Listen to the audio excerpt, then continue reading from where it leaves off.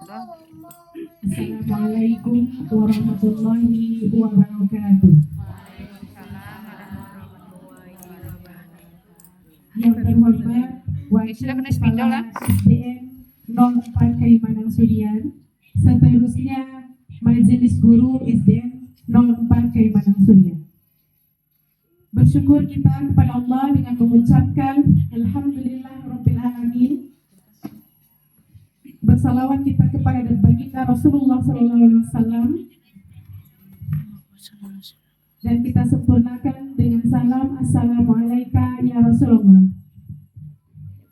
Ibu-ibu yang kami hormati, dengan mengucapkan Bismillahirrahmanirrahim, kegiatan diseminasi budaya positif modul 1.4 akan disampaikan langsung oleh Ibu Jelita SPDI.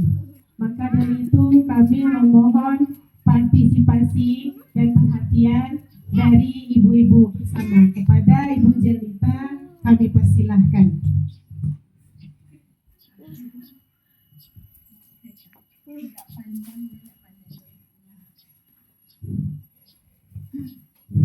Bismillahirrahmanirrahim. Assalamualaikum warahmatullahi wabarakatuh. Waalaikumsalam warahmatullahi wabarakatuh. Alhamdulillahirrabbilalamin. Puji beserta syukur marilah senantiasa kita ucapkan kehadirat Allah Subhanahu wa Ta'ala, yang mana berkat rahmat Allah jualah kita bisa berkumpul di SDN 04 Kalimantan ini pada sore hari ini dalam rangka penyampaian diseminasi budaya positif modul 1.4. Selawat berangkai salam kita kirimkan juga buat Nabi besar Muhammad Sallallahu Alaihi Wasallam, yang mana beliau telah berhasil membawa umat manusia dari alam kegelapan kepada alam yang penuh cahaya terang benderang, penuh dengan ilmu pengetahuan seperti yang kita rasakan pada saat sekarang ini. Yang terhormat Ibu Wakil Kepala Sekolah, yang terhormat ibu-ibu majelis guru yang mengikuti kegiatan pada sore hari ini. Sebelum kami lanjutkan, kami meminta terima kasih atas kesediaan ibu-ibu semuanya untuk mengikuti kegiatan diseminasi budaya positif ini. Insya Allah kegiatan ini akan bermanfaat untuk kita ke depannya. Kami di sini dalam modul 1.4 ada tugas aksi nyata untuk mengambil video penyampaian atau adanya kolaborasi dengan ibu-ibu semuanya di dalam diseminasi budaya positif. Baiklah, kami lanjutkan saja. Diseminasi budaya positif modul 1.4. Kegiatan kita pada sore hari ini tujuannya nantinya yaitu yang pertama, kami berbagi praktik baik tentang budaya positif. Berarti setelah penyampaian ini nantinya ada sebuah perubahan atau ada sebuah pandangan baru buat kita semuanya tentang budaya positif yang akan kita laksanakan di sekolah kita. Yang kedua yaitu tujuan diseminasi ini yaitu mewujudkan kolaborasi atau kerjasama dalam mewujudkan budaya positif di sekolah. Jadi ada kolaborasi atau kerjasama kita dalam mewujudkan budaya positif di sekolah kita. Tentunya budaya positif ini untuk kemajuan peserta didik kita nantinya. Kami lanjut.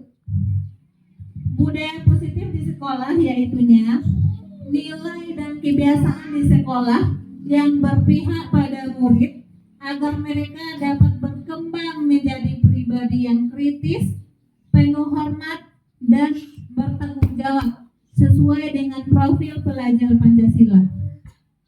Jadi budaya positif itu nantinya ada sebuah nilai atau kebiasaan terhadap anak didik kita yang mana mereka dapat berkembang menjadi pribadi yang kritis, penuh hormat, bertanggung jawab sesuai dengan profil pelajar Pancasila. mereka bisa berkembang sesuai kodrat mereka masing-masing. Anak-anak kita bisa berkembang menjadi pribadi mereka masing-masing, pribadi yang kritis, yang bertanggung jawab dan mampu menyelesaikan masalah mereka sendiri. Konsep inti budaya positif, adapun konsepnya, yang pertama perubahan paradigma belajar. Di sini yang telah kita pelajari selama ini itu sudah benar adanya. Cuman untuk saat ini ada perkembangan di dalam dunia pendidikan. Jadi setelah ini hendaknya ada perubahan cara pandang kita terhadap anak didik. Yang seterusnya disiplin positif, nilai-nilai kebajikan, kebutuhan dasar manusia, motivasi perilaku manusia, posisi kontrol guru, keyakinan kelas, dan segitiga restitusi. Lebih kurangnya nanti di dalam penyampaian ini intinya yang akan kami sampaikan. Perubahan paradigma belajar, disiplin positif yang akan kita laksanakan untuk anak didik kita, nilai-nilai kebajikan yang kita tuju. Dalam pembelajaran kita, apa nilai-nilai kebajikan yang kita harapkan dari kegiatan kita dan setiap yang kita berikan untuk anak didik kita. Terus kebutuhan dasar manusia. Setiap anak didik atau setiap manusia tentu memiliki kebutuhan dasar. Seseorang melakukan sesuatu tentu berdasar pada kebutuhannya, memenuhi kebutuhannya. Nanti ini yang akan kita pelajari. Motivasi perilaku manusia. Manusia berbuat sesuatu itu tentu ada motif. Ada yang melatar belakangi untuk dia melakukan sesuatu. Ada dorongan. Terus posisi kontrol guru. Posisi kita sebagai kontrol seorang guru di mana? Nah, itu nanti yang akan kita pelajari. Keyakinan kelas dan segitiga restitusi. Segitiga restitusi ini nantinya yaitu bagaimana kita memecahkan permasalahan dengan peserta didik kita.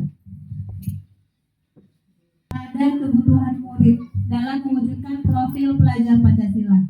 Sebagaimana kita ketahui bahwa profil pelajar Pancasila terdiri dari beriman bertakwa terhadap Tuhan Yang Maha Esa dan berakhlak mulia, mandiri, bernalar kritis, kreatif, bergotong royong, berkebinekaan global.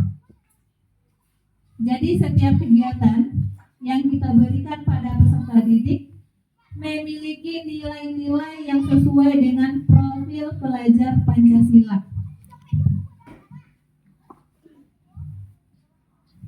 Ini Bapak Ibu ya yang perubahan paradigma teori kontrol atau teori pilihan. Sebelumnya kita berpikir bahwa guru mengontrol murid, kita sebagai pengontrol murid. Kita juga berpikir bahwa kritik dan membuat orang merasa bersalah dapat memperkuat karakter. Mungkin ada ini di antara kita ya yang beranggapan bahwa dengan kita memberikan kritikan kepada siswa dan membuat mereka merasa bersalah terhadap perbuatan mereka sehingga dapat menguatkan karakter mereka. Itu kejadian yang sudah itu kejadian sebagian besar sebelum kita mempelajari ini. Dan juga semua penguatan positif, efektif dan bermanfaat. Kita beranggapan segala sesuatu yang kita berikan kepada anak itu efektif dan bermanfaat, atau lebih tepatnya kita lebih menguasai murid kita. Kita menguasai murid seperti itu. Dan juga beranggapan bahwa orang dewasa memiliki hak untuk memaksa. Jadi mungkin sebelumnya kita berpikir bahwa Ananda atau anak-anak itu harus mengikuti kegiatan sesuai alur kita. Jadi ada seolah pemaksaan terhadap anak. Jadi nanti setelah perubahan ini hendaknya pemikiran-pemikiran atau ilustrasi yang seperti ini sudah tidak ada lagi pada kita. Perubahan paradigma stimulus respon teori kontrol atau teori pilihan. Siapa sesungguhnya yang memiliki kontrol? Nah, dari yang sudah ada, kita mencoba mengubah orang agar berpandangan sama dengan kita. Mungkin sebelumnya ini yang terjadi pada kita, bahwa kita mencoba mengubah orang agar berpandangan sama dengan kita. Jadi kita berharap secara pikir kita, orang juga berpikir seperti itu. Jadi seolah-olah ada pemaksaan. Yang sebenarnya dalam teorinya, yang dalam sekarang ini menurut teori William, kita berusaha memahami pandangan orang lain tentang dunia. Jadi kita tidak memaksakan pandangan kita, pandangan orang itu harus sama dengan kita, tapi hendaknya kita berusaha memahami pandangan orang lain. Pandangan anak itu terhadap sesuatu itu bagaimana? Tidak harus sama dengan pandangan kita. Yang kedua, perilaku buruk dilihat sebagai suatu kesalahan. Ini biasanya seseorang yang berlaku buruk dilihat sebagai suatu kesalahan. Sebagai contoh ananda kita tadi yang di sini, siapa namanya? Alif ya? Alif. Kita tidak tahu apa motif Alif melakukan pura-pura pingsan. Jadi kita berpikir itu perbuatan yang salah. Padahal itu mungkin si Alif ini memiliki tujuan tertentu. Mungkin si Alif itu ada salah satu kebutuhannya yang tidak terpenuhi, sehingga dia berbuat seperti itu. Dia pura-pura pingsan. Mungkin saja dia di rumah kurang perhatian dari orang tuanya, sehingga dia mencari perhatian dari kita di sekolah. Kalau kita berpandang tidak sesuai dengan teori kontrol, tentu kita akan berpikir, lah dia sudah apa ini anak berbuat seperti ini. Kita berpikir anak itu berbuat sebuah kesalahan. Apa yang salah pada anak ini gitu. Kalau kita sudah memahami teori kontrol, kita akan berpikir kebutuhan apa yang tidak terpenuhi pada dia. Kita akan lebih memahami dia seperti apa sebenarnya, sehingga dia berbuat seperti itu.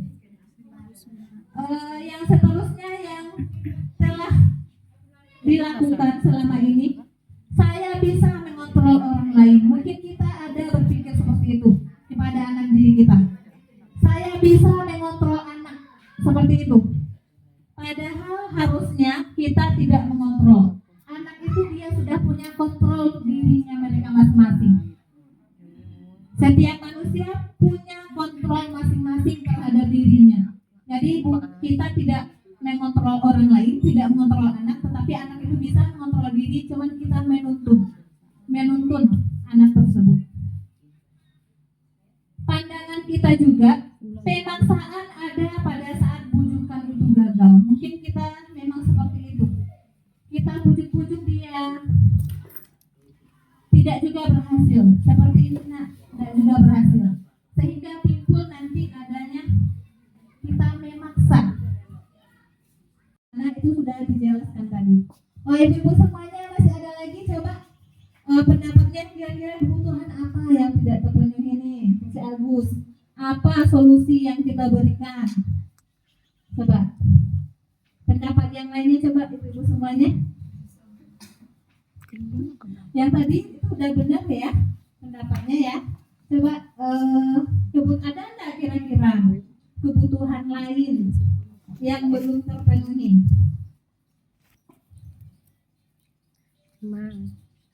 Coba. Kan ada 5 nih. Ada bertahan hidup, oke. Silakan ibu, maju ke depan bu.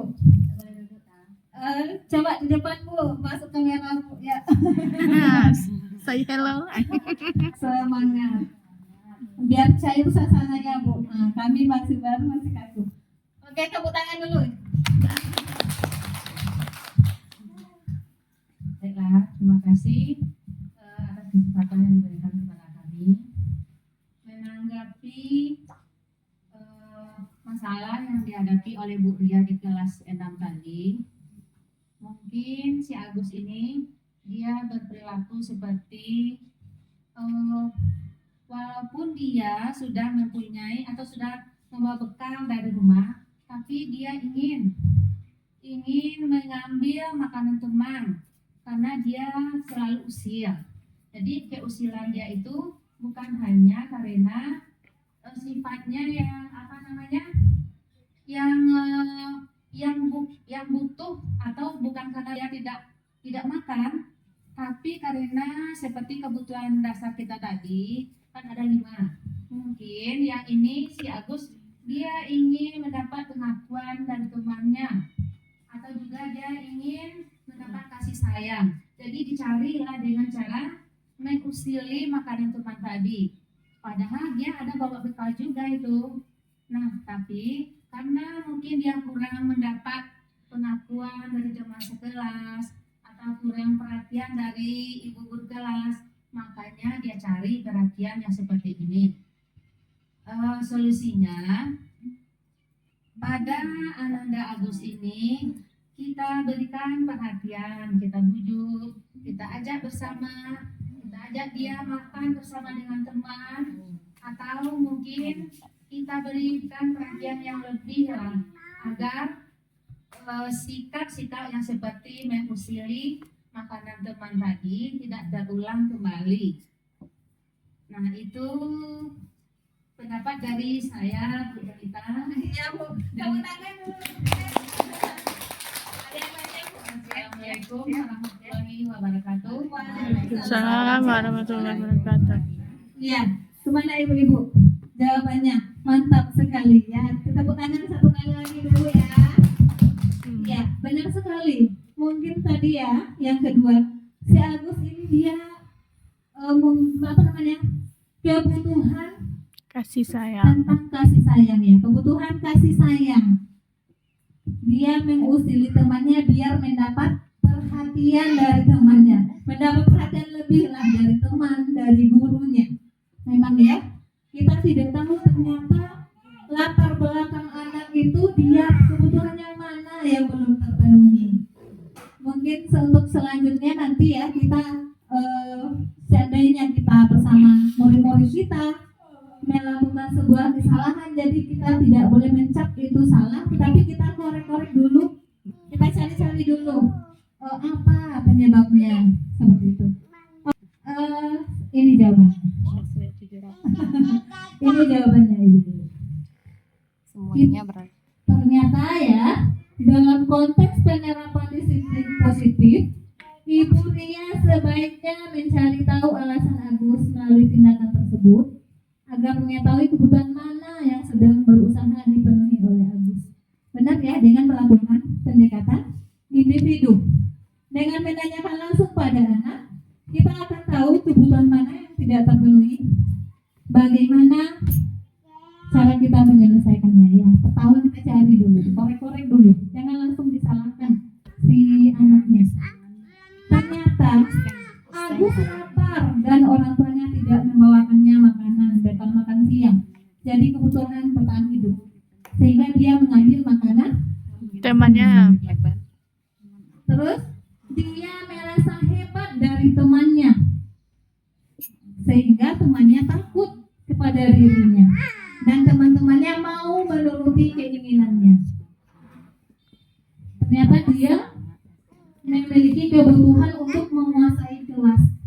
Dia ingin merasa hebat daripada teman-teman. Terus bisa juga kebutuhan kesenangan. Agus ini iseng ya, seperti yang dibilang Bu Ed tadi. Iseng kepada teman. Dia senang melihat temannya terganggu, temannya menangis, temannya jengkel. Dia ternyata ada anak seperti itu. Senang dia. Ternyata ada anak seperti itu. Jadi dia berlaku yang kita anggap salah. Terus kasih sayang dan rasa diterima ya, dan kebebasan ternyata juga ada.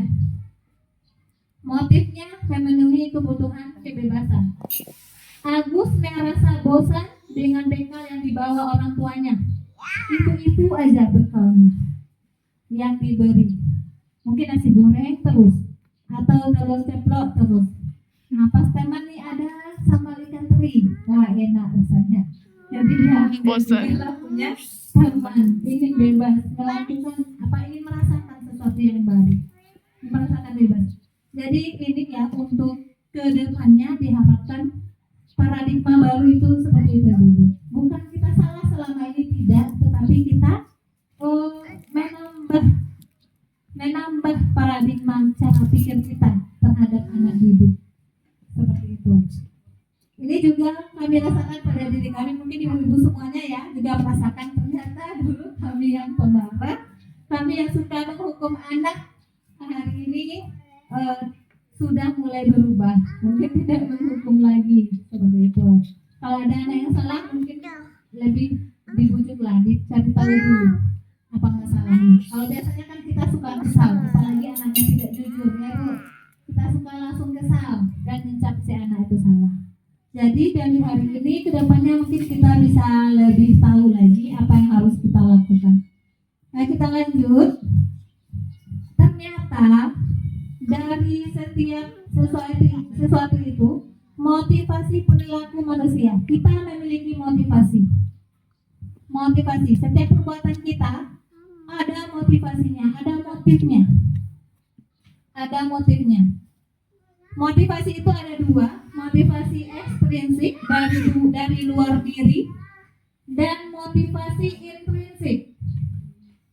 Kalau dari luar, mungkin si anak takut terhadap hukuman, atau si anak ingin mendapat penghargaan, seperti itu. Atau kita juga lah, Bapak Ibu, kita datang pagi karena apa? Itu kembali pada diri kita masing-masing. Apakah kita karena takut atasan kita, atau karena ingin mendapatkan penghargaan terbaik? Oh, ibu ini dia rajin. Itu kembali pada diri kita masing-masing. Itu namanya kalau ingin mendapatkan penghargaan, ingin mendapatkan atau takut karena sebuah hukuman, itu berarti motivasi kita melakukan sesuatu itu berasal dari luar. Yang kalau bisa motivasi itu berasal dari diri sendiri, ya, dari diri sendiri. Kita ingin menghargai diri kita sendiri. Saya melakukan sesuatu itu bukan karena keterpaksaan, bukan karena mendapat penghargaan atau karena takut hukuman, tapi karena dari dalam diri sendiri memang benar-benar ikhlas melaksanakan sesuatu. Jangan kita takut atasan, takut nilainya rendah, atau lain sebagainya, atau ingin mendapatkan penghargaan di akhir tahun atau sebagainya. Jadi memang ini ada dua motivasi kita melakukan sesuatu atau berperilaku, yaitu motivasi ekstrinsik yang berasal dari luar dan motivasi intrinsik. Jadi yang lebih bagusnya kita yang mana nih motivasinya, Ibu? Intrinsik. Apa? Intrinsik. Iya, bagus sekali. Motivasi intrinsik. Ya, semoga kita di sini ya, kita menjadi orang yang bisa menghargai diri kita sendiri. Sehingga kita punya nilai. Dan nilai itu bisa dirasakan oleh orang lain. Nah, jadi kita melakukan sesuatu memang benar-benar ikhlas, bukan karena ada apanya, tapi apa adanya, bukan karena ada apanya, ada maunya, gitu ya. Kita lanjut ya. Iya. Ada di sini hukuman, konsekuensi, dan restitusi.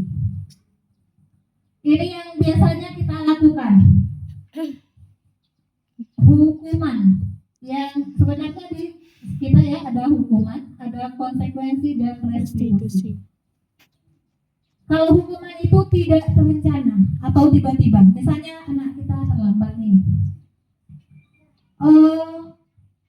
lari tiga keliling lapangan, atau ada sampah, bersihkan WC ya nih, bersihkan WC, itu kan sifatnya tidak terencana. Jadi berarti kita sudah bersifat sebagai penghukum. Murid tidak tahu apa yang akan terjadi. Jadi seandainya murid kita terlambat, wah saya terlambat nih, baju saya nggak sama nih dengan teman. Apun ada diri bu kawak kok. Sekolah. Nah, kawan teman-temannya pun juga tidak di sana pak. Sekolah, bersih WC. Kamu nanti bersihkan WC. Kamu piket selama 1 minggu. Seperti itu ya bu ya. Jadi tidak terencana. Itu artinya hukumannya bersifat satu arah dan biasanya berupa hukuman fisik. Ya, mungkin kita yang terlalu itu tidak, tetapi ada. Misalnya seperti membersihkan WC itu kan Berbagi fisik juga. sampah. Ya, lari 3 keliling lapangan itu juga fisik. Nah, ada yang namanya konsekuensi. Mungkin ada dari kita yang melaksanakan konsekuensi itu terencana dan disepakati sesuai harapan. Murid tetap dibuat tidak nyaman. Sikap guru selalu memonitor murid. Ini kami contohkan seperti ini. Besok ini juga yang seperti yang kami biasa laksanakan. Contohnya ya bu. Besok kalau tidak senam lagi, ibu tinggalkan di luar. Senam lagi besok. Ya sepakat. Nah sehingga besok ternyata benar-benar terlambat datang ke sekolah, benar-benar tidak mengikuti senam dengan baik. Sehingga si A ini harus kita pantau. Kamu apa kemarin kata ibu? Tinggal di luar bu, ikut senam kembali. Jadi kan kita pantau lagi anak. Sedangkan kita pekerjaan yang lain juga sudah menunggu, ya bu. Jadi kalau ada kesepakatan dengan siswa, sudah terencana sesuai harapan, tetapi masih membuat murid tidak bu. Nah tentu sebagai konsekuensinya. Jadi bedanya kalau hukuman berupa hukuman fisik, biasanya tiba-tiba. Kalau konsekuensi udah ada kesepakatan, tetapi masih si murid ini masih merasa terganggu dengan kesepakatan kita. Dan yang terakhir restitusi. Ini yang diharapkan dari kegiatan ini. Restitusi, proses menciptakan kondisi bagi murid untuk memperbaiki kesalahan. Proses kolaboratif yang mengajarkan murid untuk mencari solusi sendiri. Ternyata kalau ada anak-anak yang melaksanakan kesalahan itu, kita berusaha menciptakan suasana untuk memperbaiki kesalahan itu. Mungkin dengan pendekatan individu seperti tadi ya. Terus kita suruh dia mencari solusi atas perbuatannya. Jadi bukan kita yang menetapkan sebuah hukuman atau konsekuensi buat anak itu, tetapi dia berusaha memperbaiki dirinya sendiri. Misalnya datang terlambat, coba besok supaya tidak terlambat lagi apa yang kamu lakukan? Kita tanya dia. Mungkin jawabannya, tidur lebih awal bu, ya. Tidak main HP lagi bu sebelum tidur, ya. Minta dibangunkan bu sama ibu pagi. Mungkin banyak sekali si anak itu bisa dia mencari solusinya sendiri. Atau si anak tidak membuat PR, jangan kita suruh lagi keluar ya ibu-ibu semuanya. Tapi kita suruh anak itu untuk mencari sendiri solusinya. Kita hanya bisa menuntun, bukan menuntut. Ya. Menuntun anak tadi, bukan menuntut sesuai keinginan kita. Jadi kalau menuntut ada pemaksaan dari kita, ya bu. Jadi menuntut. Oke. Sebelum saya lanjut, boleh semuanya berdiri dulu ibu-ibu. Semuanya berdiri. Semuanya berdiri. Coba berhadapan berdua dengan teman ya. Coba cari temannya. Ada yang dape. Coba. Apa kegiatan kita? Coba jangan sampai tidur ya. Nanti tidak bagus dalam video. Bisa sih. Coba bu berhadapan bu. Tatap mata teman yuk. Ayo ibu tatap mata teman. Ibu. Hadapan. Ya. Bertiga. Sama ibu satu sih. Sama ibu satu sih. Oke. Berhadapan. Belum disuruh ya. Belum disuruh ya. Coba saling hadap-hadapan. Coba lihat mata teman. Udah bu. bukan. Berikan senyum terbaik ya. manis Zat. Kairat. Ah, Kairat ibu. Coba senyumnya yang lebih lebar. Ketawa namanya ibu. Oh iya. Satu lagi. Oke. Terima kasih ibu-ibu ya. Boleh duduk kembali. Tepuk tangan dulu. Ya oke. Tepuk tangan. Senyum yang lebih lebar. Pola ayah mencari situasi nak mencari mereka. Senang otak. Senang tahu. Oh, bukan boleh. Senang otak. Coba berdiri lagi berdua dengan teman. Boleh. Kita senang otak boleh. Nah, kita sweet ya. Kita sweet dengan teman. Misalnya angka berapa yang keluar kita sebutkan kelipatannya. Apa namanya? Kita sebutkan hasil perkaliannya. Hasil perkaliannya. Coba kami contohkan. 2. Nah, yang salah jangan sampai salah. Bicara yang benar ya. Bukan kelipatannya. Bukan. Apa namanya? Hasil perkalian. Hasil perkaliannya, Bu. Coba. 4. 5. Siapa yang paling cepat? Kalau masih bisa baca artinya masih tetap fokus. Oke. 1. 2. Si Jepang. 1, 2, 3. 10.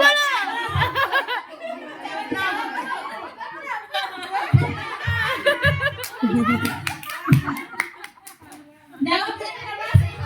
Jangan sampai salah. Urang ini sudi. Kita. 5.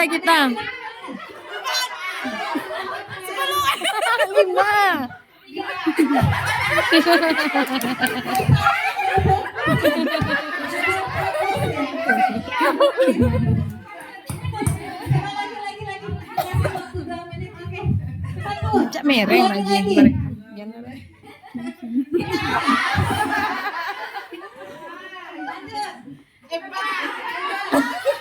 Kok ibu-ibu kok?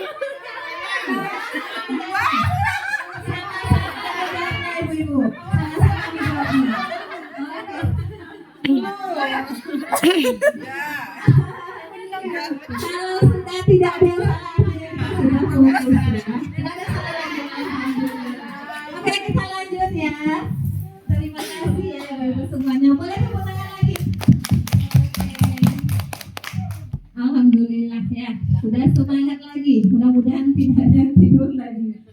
Nah, kita lanjut. Dihukum oleh penghargaan.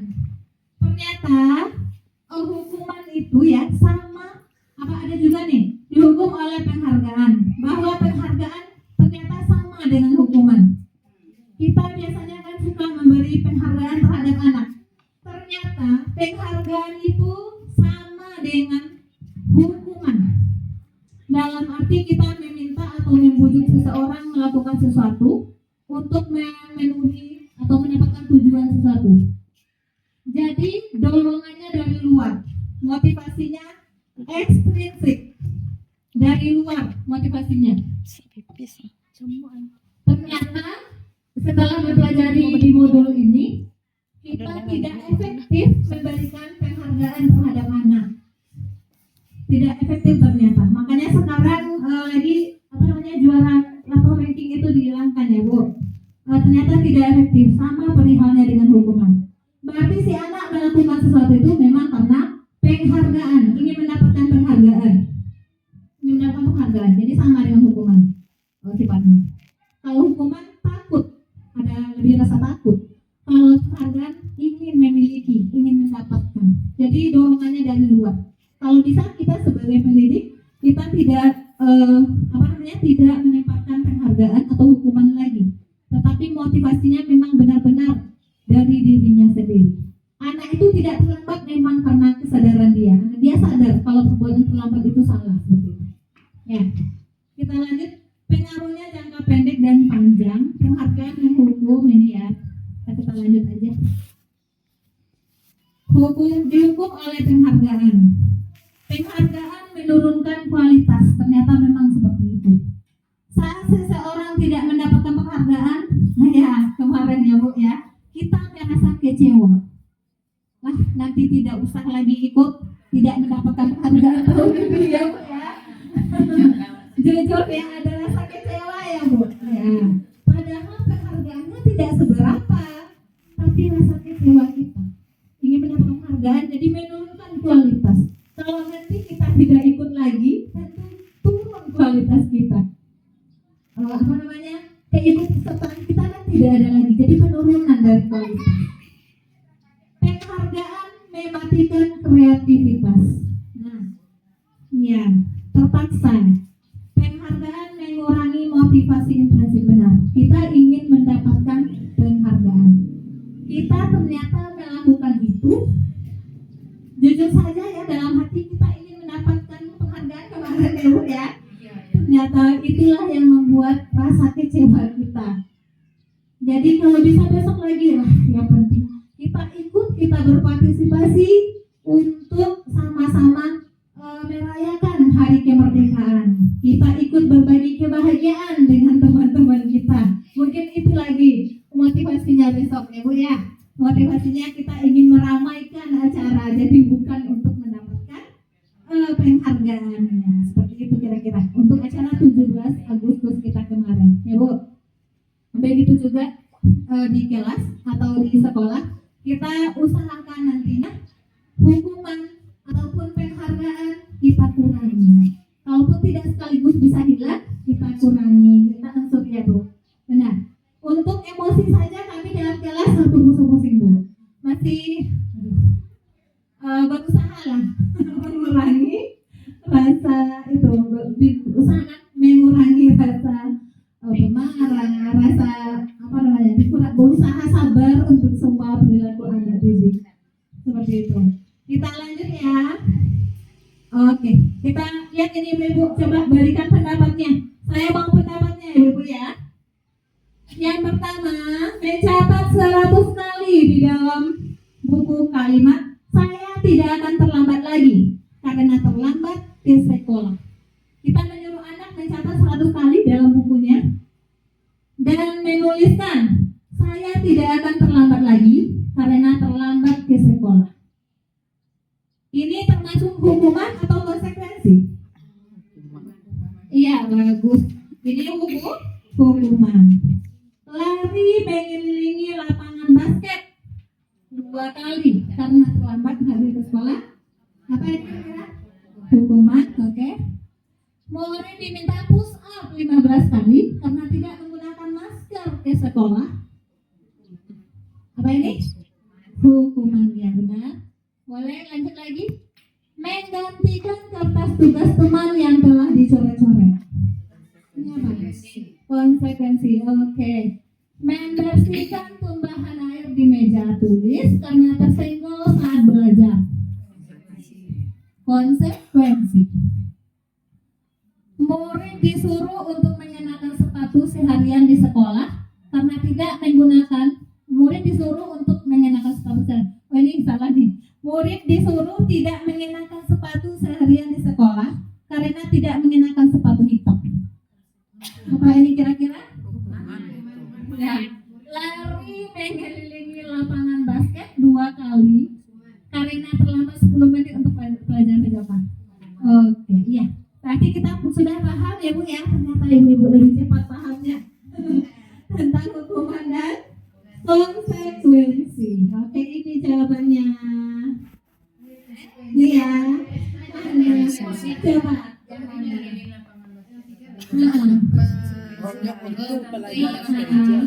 Iya. Oke. Bagaimana jawaban kita? Bagaimana? Oh iya, benar sekali. Karena terlambat 10 menit. Ya terlambat ya Bu. Jadi konsekuensi. Memang kan pemanasan dulu ya Bu ya. Ya, pemanasan dulu berarti kan si A ini disuruh pemanasan. Makanya konsekuensi. Tapi juga orang menjawab itu hukuman Bu. Ternyata juga salah. Jadi kita sudah paham ya Bapak Ibu, mana yang konsekuensi, mana yang hukuman. Ya. Jadi seperti itu ya. Kita lanjut. Ini bedanya, hukuman dengan konsekuensi. Ini hukumannya, bedanya. Hukuman sesuatu yang menyakitkan harus terjadi.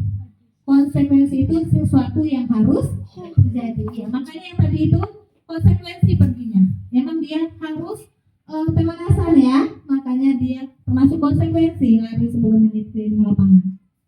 Membuat anak sakit, nah itu yang hukuman. Ya, fisik. Kalau konsekuensinya anak itu merasa tidak nyaman dalam jangka pendek. Ketika dia buat seperti itu dan harus menjalankan konsekuensi, mungkin ketika itu dia merasa kesal, merasa sebel ya, atau merasa terpaksa melaksanakan konsekuensi. Anak membenci kedisiplinan, itu hukuman. Kalau konsekuensi, anak menghargai disiplin. Jadi besok dia tahu lagi konsekuensinya apa kalau dia berbuat seperti itu. Jadi dia tahu apa yang konsekuensi yang harus dihadapinya jika dia melakukan sesuatu kesalahan seperti itu. Kalau hukuman mendorong anak menyakiti diri sendiri, kalau konsekuensinya dia menyesuaikan diri dengan keadaan. Hukuman itu konsep diri yang buruk. Dia mungkin setelah mendapat hukuman merasa bersalah terlalu besar terhadap dirinya. Kalau konsekuensi dia memperbaiki kesalahannya. Jadi seandainya dia bersalah, ini perbaikannya. Kembali mengembalikan jati dirinya dari teman-temannya. Anak belajar untuk menyembunyikan kesalahan, itu kalau hukuman. Kita biasa kasih hukuman, nanti mengulangi lagi dia tidak mengaku karena takut akan hukuman. Kalau konsekuensi, anak belajar untuk mematuhi peraturan. Besok tidak mau lagi terlambat. Seperti itu. Dia belajar. Mungkin di awal-awal masih terjadi 1 kali, 2 kali, mungkin ketiga kalinya sudah berubah. Seperti itu ya Bu ya. Yang terakhir, anak yang mendapatkan hukuman akan merasa marah, memiliki rasa bersalah, merasa dipermalukan, merasa tidak dihargai karena kita kasih hukuman. Ternyata itu kesalahan kita selama ini ya. Selama ini kita jalankan, konsekuensi yang kita jalankan ternyata juga tidak bagus. Mungkin konsekuensi ini akan membuat anak itu belajar memperbaiki kesalahan, tapi ada yang lebih bagus, restitusi. Restitusi itu merupakan pilihan. Anak itu dia memiliki pilihan sendiri terhadap perilakunya atau perbuatannya, terhadap keputusannya. Menguatkan murid untuk jangka panjang, besok saya seperti ini lagi. Seperti itu. Dia berusaha memperbaiki dirinya sendiri tanpa ada paksaan dari kita. Restitusi, anak akan mendapatkan penguatan. Ternyata perbuatan ini yang seharusnya seperti ini. Dia tahu kesalahannya sendiri. Bukan kita mencap dia salah, tetapi dia tahu salahnya sendiri. Restitusi, masalah menjadi terpecahkan. Bukan kita yang memecahkan masalah, kamu harus seperti ini, seperti itu, tidak. Tapi dia sendiri yang memecahkan masalah. Kenapa? Supaya tidak terlambat. Bagaimana lagi? Tidur lebih awal Bu. Dia mengetahui sendiri masalahnya. Seperti itu. Murid bertanggung jawab terhadap perilakunya. Restitusi, murid fokus pada pemecahan masalah dalam jangka panjang. Mungkin karena kita beri kepercayaan, kita beri berkolaborasi, kita coba kamu bagaimana, kamu hebat melakukannya, kamu bisa. Mungkin dengan seperti itu anak menjadi termotivasi untuk memperbaiki kesalahannya. Jadi jangkanya panjang. Besok saya tidak seperti ini lagi. Nanti saya dipanggil lagi sama ibu, malu saya sudah berjanji seperti itu. Apa yang kamu yakini? Apa yang bisa kamu lakukan untuk memperbaiki masalahmu? Nah, jadi sehingga dia bisa menyelesaikan masalahnya sendiri dan dia menghargai dirinya sendiri dan orang lain. Jadi ciri-ciri restitusi bukan untuk menebus kesalahan, namun belajar dari kesalahan. Anak itu belajar dari kesalahannya. Memperbaiki hubungan. Jadi kalau seandainya kita langsung marah, kita mencap salah, mungkin si anak akan marah pada kita dan ada rasa berisi pada kita. Ya. Yang ketiga tawaran, bukan paksaan. Ya ini kita beri tawaran. Apa yang harus kamu lakukan untuk memperbaiki kesalahanmu? Kita tawarkan dia. Nanti biarkan dia sendiri mencari solusi. Restitusi menuntut untuk melihat ke dalam dirinya, keyakinan apa yang dia langgar. Restitusi mencari kebutuhan dasar dari tindakannya. Kita tahu dari restitusi itu, tahu kebutuhan mana yang tidak terpenuhi pada anak itu. Jadi wah paham, wah ternyata seperti ini makanya dia berbuat seperti itu. Belum tentu dia salah, tapi karena memang kebutuhannya tidak terpenuhi. Restitusi adalah cara yang paling baik. Jadi memang restitusi cara yang paling baik. Kolaboratif kita dengan anak. Restitusi fokus pada karakter, bukan tindakan. Merubah karakternya. Restitusi fokus pada solusi. Dia menyelesaikan masalah sendiri. Restitusi mengembalikan murid yang berbuat salah pada kelompoknya. Karena kita tidak menghukumnya, jadi dia kembali kepada temannya.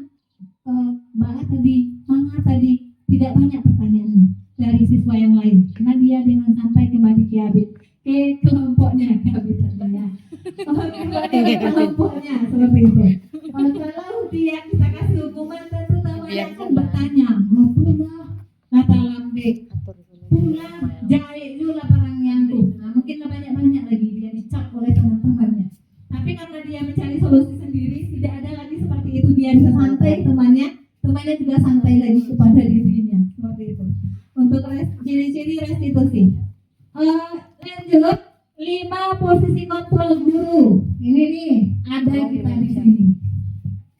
Yang pertama kita sebagai penghukum, pembuat merasa bersalah, pemantau dan manajer. Bukan. Naren, sini kamu. Selamat pagi, Bu. Selalu terlambat. Kamu deh, pasti terlambat. Maaf, Bu. Saya Apa? Apa coba? Alasan kamu apa lagi?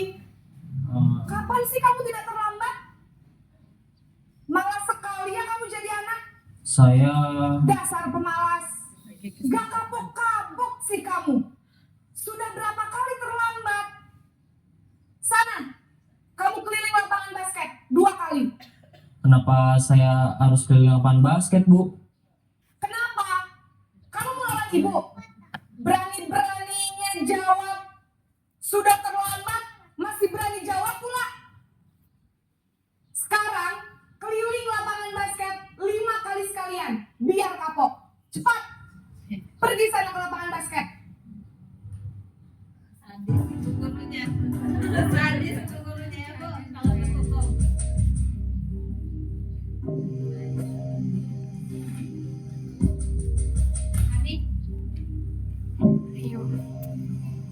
Naren!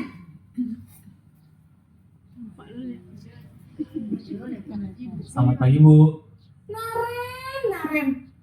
Kamu kenapa terlambat lagi, nak? Ya Tuhan, Naren. Kamu senang ya bikin ibu susah ya? Kalau kamu terlambat lagi, nanti ibu yang ditegur bapak kepala sekolah, nak.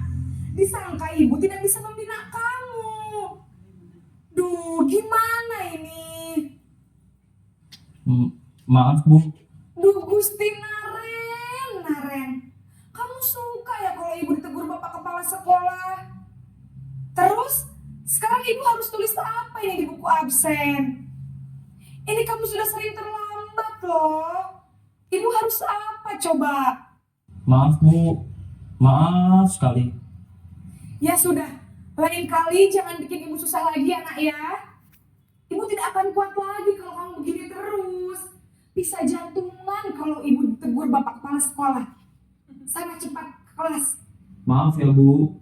Maaf sekali.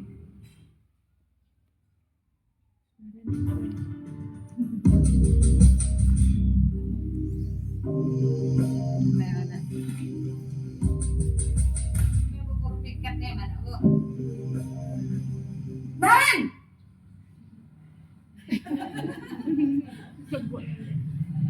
Selamat Selamat pagi Bu. Wah, sudah jam berapa ini nak? Terlambat lagi ya sayang. Iya Bu, habis ibu saya lupa bangunkan saya Bu. Kamu malah menyalahkan ibu kamu. Kamu bukannya anak yang larinya paling kencang. Kok terlambat sih? Iya Bu, saya memang terlambat bangun tadi. Jadi biarpun saya lari kencang, tetap gak kencang Bu. Ya sudah sayang, nanti lain kali larinya lebih kencang lagi ya. Biar gak terlambat lagi. Bisa kan? Bisa Bu. Sampai sana masuk kelas, ibu beresin urusan absen kamu. Kamu ini ada-ada saja.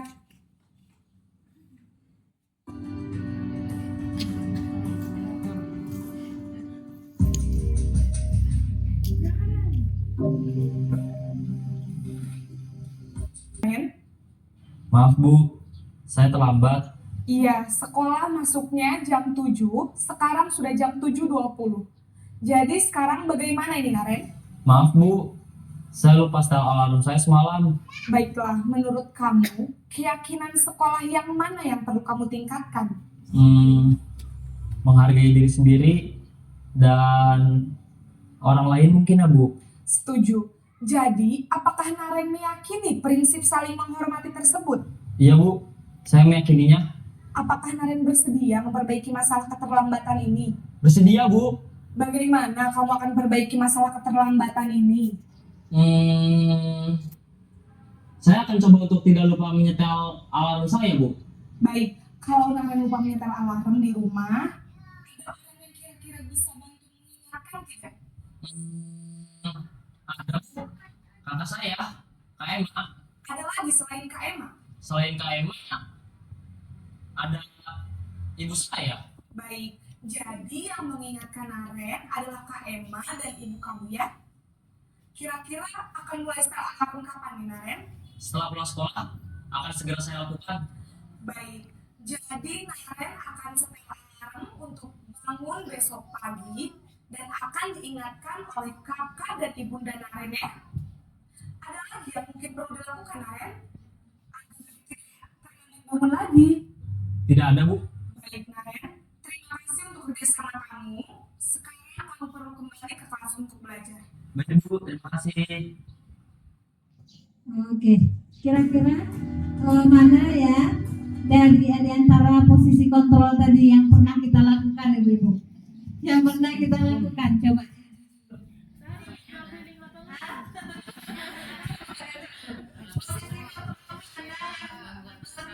Lakukan.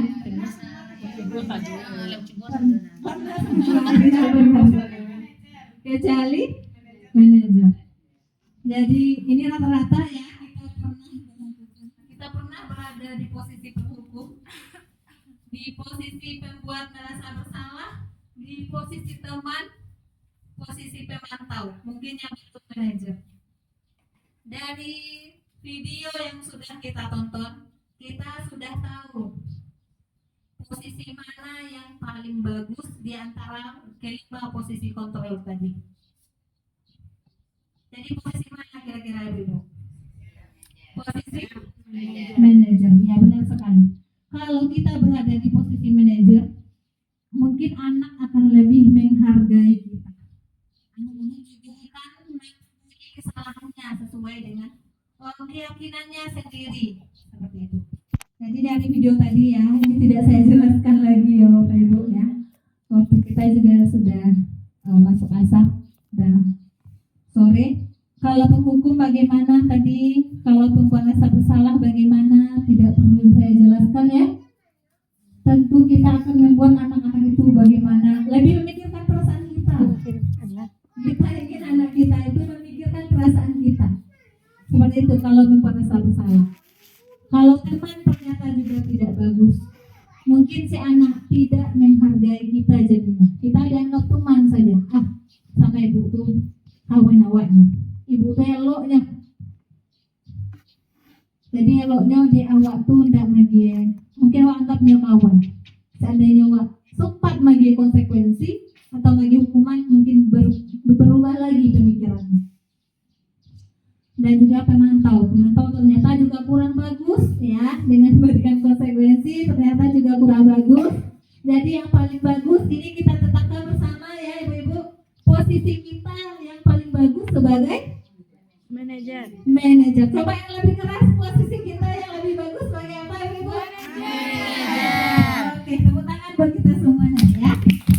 Mudah-mudahan saya juga berharap lagi setelah kegiatan ini kita bisa mengubah cara pandang kita posisikan diri kita terhadap anak didik kita memang sebagai manajer.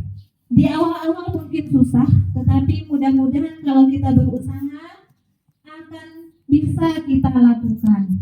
Kita bisa memposisikan diri kita sebagai manajer dan kita dihargai oleh anak didik kita, dan juga mereka bisa memiliki keyakinan untuk memiliki nilai-nilai Pancasila dalam diri. Kalau keyakinan itu bagaimana ibu? Coba ibu yang sudah membuat keyakinan, coba bagaimana pengalamannya yang sudah membuat keyakinan. Kalau keyakinan ini kita buat bersama anak-anak dan di kelas kita yakini kalau sikap mereka di kelas itu seperti apa. Jadi bukan peraturan kelas yang kita berikan, mereka yang mencari sendiri. Misalnya tidak terlambat bu, di kelas tidak boleh ribut bu, duduk yang rapi misalnya. Jadi kita korek-korek dari anak, kita buat keyakinan kelas dari anak didik kita. Keyakinan mereka mungkin banyak itu seperti yang ada stigma yang banyak dari anak-anak itu. Nanti yang sama kita jadikan satu pendapat. Terus seandainya kalimatnya masih kalimat negatif, kita ubah menjadi kalimat positif. Misalnya tidak boleh datang terlambat, mungkin kita ubah lagi disiplin ya bu. Disiplin di kelas. Nah, seperti itu. Kita ubah lagi kalimatnya. Kalau bisa kita membuat keyakinan sekolah, tetapi untuk awal-awal biarlah kita usahakan, kita coba buat keyakinan dengan anak-anak didik kita. Kita buat keyakinan kelas. Kenapa keyakinan kelas? Karena nanti anak itu walaupun bukan dengan guru kelasnya di kelas, dia tahu keyakinan kelas kita apa. Walaupun dia yang masuk nanti guru bidang studi, dia akan tetap mematuhinya. Tapi masih tetap dilanggar, tidak apa-apa, namanya juga anak-anak. Kita kembali keyakinannya. Kita ingatkan, sesuai tidak dengan keyakinan kelas kita? Tidak bu. Oke, baiknya bagaimana? Kalau berbuat diulangi kesalahan itu biasa, namanya juga anak-anak ya bu. Tetapi kita punya keyakinan anak kita, mereka tahu pribadi yang baik itu seperti apa. Jadi makanya kita membuatnya bersama dengan anak-anak. Kita tidak paksakan, tetapi kita buat sebuah keyakinan berawal dari kesepakatan dulu ya bu. Kesepakatan lanjut ke keyakinan. Kita ambil, ubah kalimatnya menjadi kalimat positif. Tidak mengganggu teman dalam kelas. Mungkin apa kira-kira kalimat positifnya ibu-ibu? Tidak mengganggu teman dalam kelas. Apa kira-kira kalimat positifnya? Apa kira-kira? Boleh menghargai teman. Apa lagi? Apa kira-kira bu? Menghargai teman itu sudah bagus ya. Sudah kalimat positif. Apa lagi kira-kira? Kami masih kalimat negatif yang terpaksa dididik. Insya Allah nanti berubah kembali.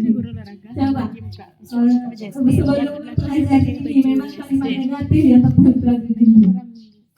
Jadi kita ubah menjadi kalimat positif. Mungkin lebih menjaga keamanan ya bu. Saling menjaga keamanan ya. Atau saling menjaga ketertiban seperti itu. Jadi nanti kita mintakan kepada anak-anak apa keyakinan kelas yang harus kita patuhi bersama. Biar walaupun tidak ada kita di dalam kelas, tetapi mereka tetap mematuhinya. Kalaupun masih dilanggar, itu memang wajar, namanya manusiawi. Tapi kita ingatkan kembali, itu tugas kita. Ya, seperti itu ya bu ya. Ini tadi ya segitiga restitusi yang dilakukan di dalam video. Ibu tadi menjadi seorang manajer. Apa yang dilakukan pertama? Menstabilkan keadaan, menstabilkan identitas. Kenapa kita stabilkan?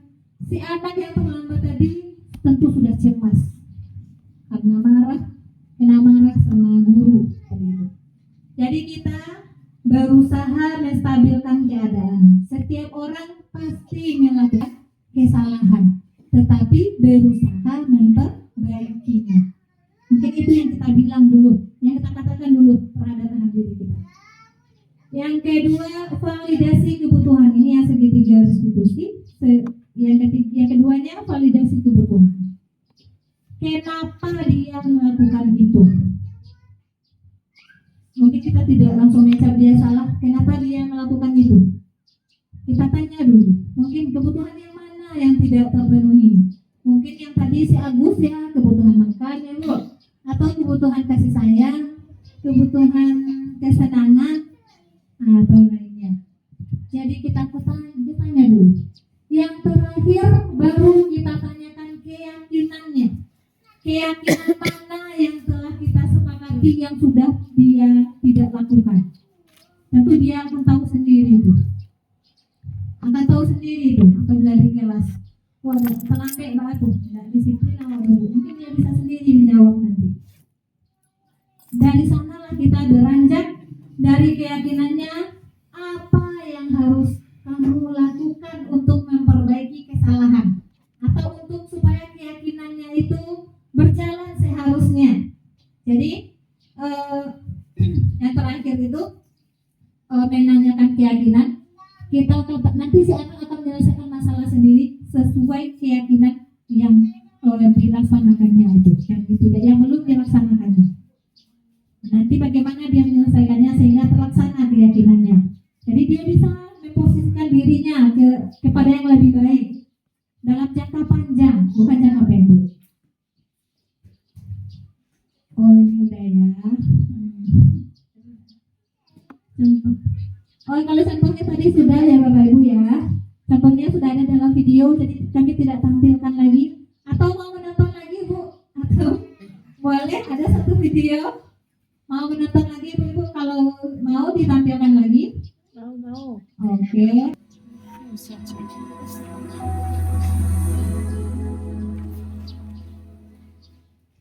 Restitusi dikembangkan oleh pakar pendidikan Diane Gossen, berlandaskan pada teori kontrol Dr. William Gleiser. Pada saat guru di posisi manajer, aspek yang dikembangkan pada murid adalah motivasi intrinsik, sehingga penanaman nilai-nilai kebajikan dapat tumbuh dan berkembang menjadi suatu kebiasaan positif yang akhirnya membentuk karakter murid. Proses dialog ini terdiri dari 3 langkah yang digambarkan pada ketiga sisi pada segitiga restitusi. Sisi pertama adalah menstabilkan identitas. Sisi yang kedua adalah validasi. Kita pikirkan bagaimana memperbaiki masalah ini. Dari video yang itu tadi Ibu ya, sudah jelas sekali bagaimana caranya menstabilkan identitas, validasi kesalahan yang salah, dan yang terakhir menanyakan keyakinannya. Untuk penyerapan segitiga restitusi bagaimana di sekolah kita? Apakah kita lakukan juga segitiga restitusi atau kita lanjutkan hukuman atau konsekuensi bagaimana? Coba. Yang lebih keras ya Ibu? Oke, berarti kita sudah sepakat ya. Mudah-mudahan kita bisa menerapkan segitiga restitusi di sekolah kita atau di kelas kita lah. Kita mulai dulu terhadap anak didik kita, baru nanti kita laksanakan di sekolah. Kalau berkembang memang mulai dari diri sendiri dulu, mulai dari kita sendiri. Kami sangat berharap kegiatan kita sore hari ini sangat bermanfaat bagi diri kita dan memberi paradigma baru, memberi perubahan terhadap kita memandang anak didik kita. Sekarang untuk refleksi, hal baru apa yang mengubah paradigma saya yang saya dapatkan? Coba ada yang bisa menjawab? Perasaan apa kebiasaannya. Apa yang keempat, saya akan menjadi guru yang seperti apa setelah mengikuti diseminasi ini. Boleh Ibu-Ibu berikan pendapatnya. Kegiatan kita yang terakhir, refleksi Ibu. Coba berikan pendapatnya. Bu, beri pendapat lain Bu. Kan sudah dari awal tadi ya sampai akhir ada 37 slide, ada juga 2 video. Nah, ada juga ice breaking tadi ya Bu. Walaupun masih belajar ice breaking. Jadi coba boleh nomor apa dulu, boleh nomor 2 atau nomor 1 boleh. Terima kasih kembali atas kesempatan ini. Setelah menyimak dan mengikuti kegiatan diseminasi yang diberikan oleh teman kita Ibu Janita, ini terutama untuk diri saya pribadi, saya akan berusaha bersikap sebagai guru yang bertindak sebagai manajer. Karena selama ini saya merasakan atau saya sudah melakukan hal-hal yang mungkin tidak atau seperti kita baru dapat merubah paradigma yang sekarang ini, yang selama ini kita beranggapan untuk merubah sikap siswa kita harus memberikan hukuman, kita harus memberikan konsekuensi. Itu anggapan kita dengan harapan anak didik kita akan berubah dengan kita memberikan sikap yang seperti itu. Nyatanya sudah kita lakukan itu, sikap anak-anak didik kita juga tidak berubah. Bahkan kita selama ini cenderung kadang-kadang mempermalukan anak didik kita. Itu telah menggores psikis bahkan juga fisik dari anak didik kita. Jadi setelah mempelajari atau setelah mengikuti kegiatan ini, saya merasa sangat tersentuh, ingin sekali menerapkan hal-hal yang sudah diberikan atau yang sudah diuraikan oleh Ibu Janita tadi, setidaknya secara pribadi untuk merubah teman kita, untuk merubah sekolah, tentu kita berupaya perlahan-lahan, tapi setidaknya untuk diri sendiri dulu, saya akan menerapkannya di kelas saya. Demikian. Insya Allah mudah-mudahan nanti bisa akan berdampak kepada sikap dan perilaku anak didik kita. Itu saja Ibu Janita yang dapat saya Tepuk tangan buat kita semua ya. Luar biasa sekali ya Bu ya, kegiatan kita pada hari ini. Memang itu sesuai dengan harapan kita ya. Kita bisa menerapkan di sekolah kita tentang disiplin positif. Masih ada Ibu? Boleh? Masih ada? Satu orang lagi coba. Terima kasih sebelumnya sudah mengikuti kegiatan ini dengan baik. Kami tidak menyangka kegiatan ini akan menarik sampai penghujung ya, walaupun sempat ada yang ngantuk di awal. Tapi alhamdulillah kita sudah mengikutinya dengan baik. Jadi sekali lagi kami mengucapkan terima kasih atas partisipasi ibu-ibu semuanya. Dan kita berharap kegiatan ini bermanfaat untuk diri kita dan jangkauan lebih besarnya tentu berdampak untuk sekolah kita nantinya. Akhir kalam, Assalamualaikum warahmatullahi wabarakatuh. Waalaikumsalam warahmatullahi wabarakatuh. Ibu-ibu sekalian, alhamdulillah telah selesai materi budaya positif modul 1.4 yang disampaikan oleh Ibu Janita. Semoga setelah mendapatkan materi terbaru ini, kita satu visi ke depan saling mengingatkan untuk menjadi guru yang perannya seorang manajer, saling mengingatkan, kemudian saling mendukung seperti itu ibu-ibu.